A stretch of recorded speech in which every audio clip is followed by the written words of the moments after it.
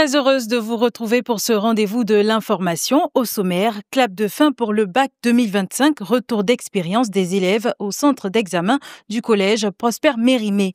Des créateurs et artistes ivoiriens se mobilisent pour le président Alassane Ouattara. Il salue les avancées culturelles sous son mandat et les champions ivoiriens de mathématiques accueillis avec ferveur après leur exploit aux Olympiades panafricaines 2025.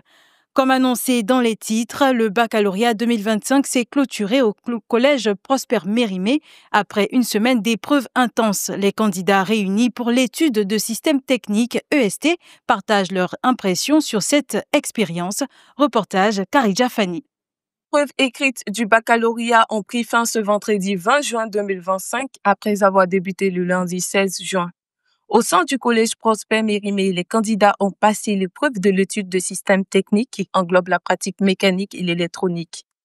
Plusieurs candidats ont partagé leurs impressions concernant les épreuves. Il y a d'autres qui étaient durs, il y a d'autres qui étaient aussi faciles. On a pu gérer peut-être mathématiques et puis EST. Les examens se sont bien passés en général, mais je ne suis pas tout à fait satisfait de mon travail. Il y a des matières où j'ai bien travaillé, mais il y a des matières où j'ai vraiment pas du tout bien travaillé. Ça n'a pas été vraiment facile. Pour le français d'abord, ça n'a pas été facile. L'épreuve la plus difficile, mais on peut dire, c'est le maths. Le président du centre, Dr Akpa, a veillé au bon déroulement des examens, assurant que toutes les mesures nécessaires étaient prises pour garantir une ambiance sereine et propice à la concentration. Bon, nous avons plusieurs types de candidats. Des candidats qui ont bien étudié pendant l'année scolaire et qui viennent composer, et ceux qui espèrent avoir le diplôme avec au travers des TIC, c'est-à-dire le téléphone, qui est leur instrument de tricherie ces derniers temps. Donc, jusqu'à ce jour, j'ai pu quand même mettre la main sur du fraudeur, voilà, du cas de fraude. Et ces cas de fraude, principalement, c'est le téléphone portable. Les moments passés au sein des salles d'examen auront un impact déterminant sur l'avenir de chaque candidat après la proclamation des résultats prévus pour le 7 juillet 2025.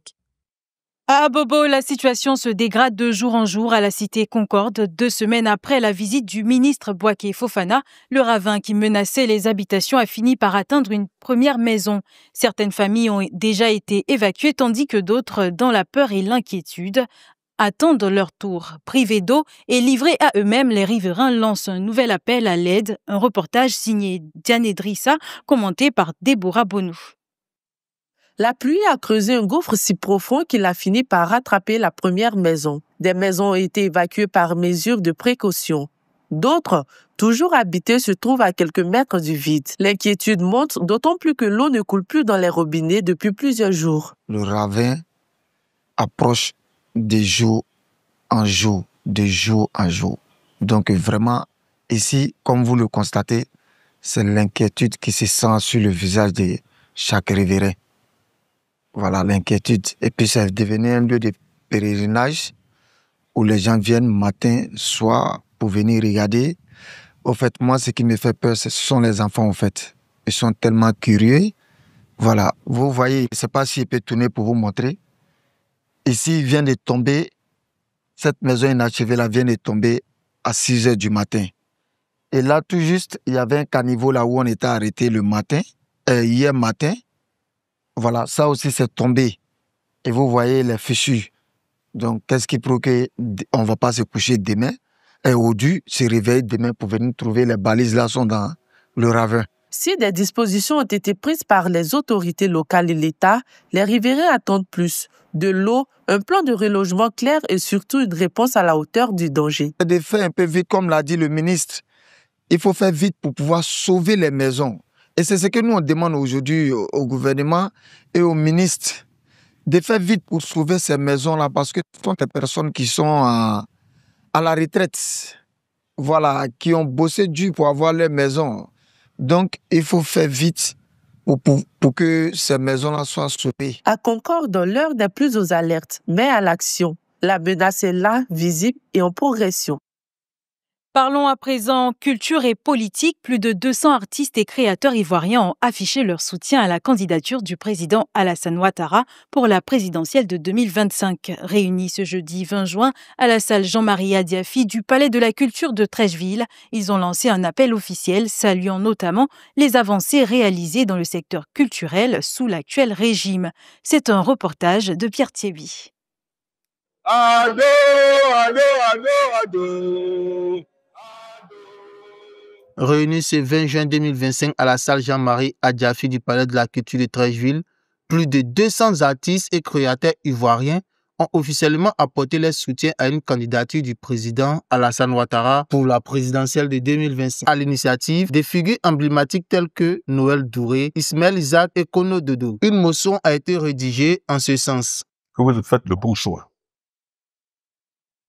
Il n'y a que Alassane Ouattara qui peut garantir la paix, la stabilité, qui peut nous faire avancer.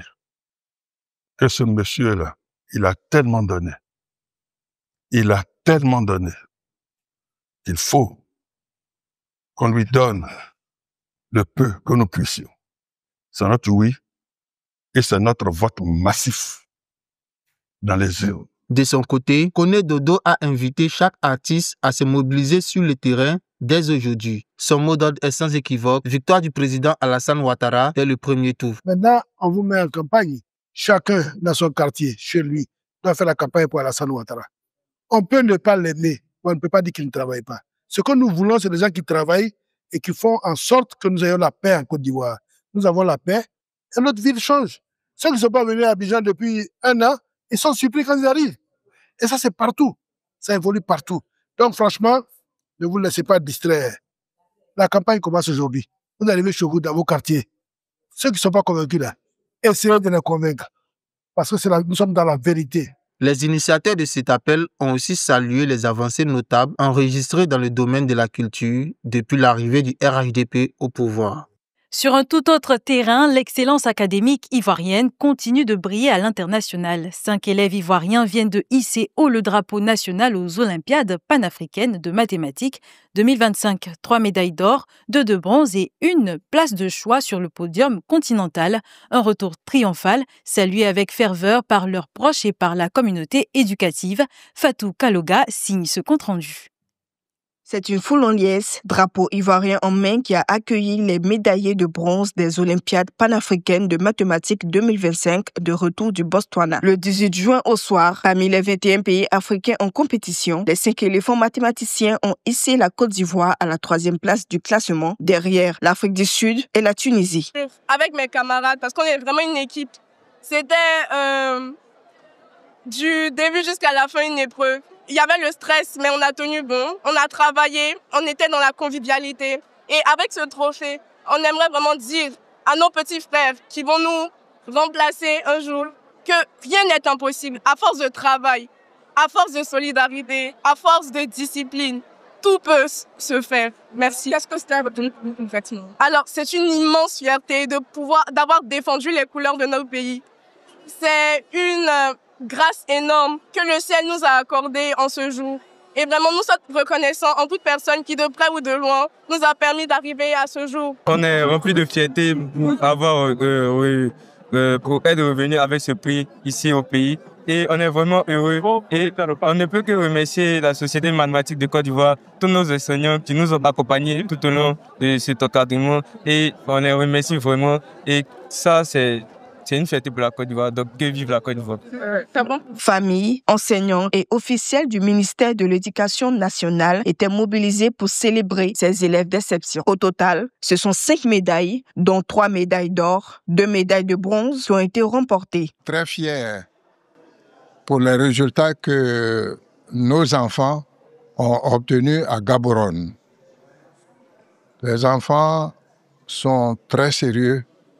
Nous les formons depuis plusieurs années. Ils sont assidus au travail.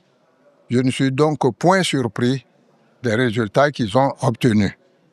Vous le savez, grâce à eux, la Côte d'Ivoire commence à briller dans le ciel mathématique de l'Afrique. Naturellement, la Côte d'Ivoire tout entière va les regarder avec de nouveaux yeux à partir d'aujourd'hui.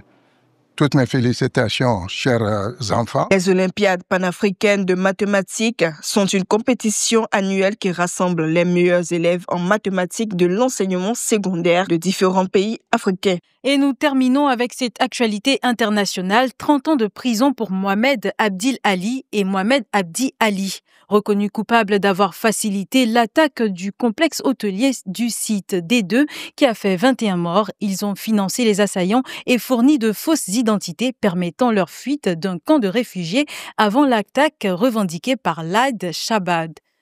Lors du procès, la juge a insisté sur le rôle crucial de ces complicités logistiques dans l'opération terroriste. Cette attaque, l'une des plus meurtrières d'Al-Qaïda au Kenya, avait aussi blessé plusieurs civils, dont des ressortissants américains et britanniques. Le verdict est salué comme une victoire pour les victimes, soulignant l'efficacité des enquêteurs.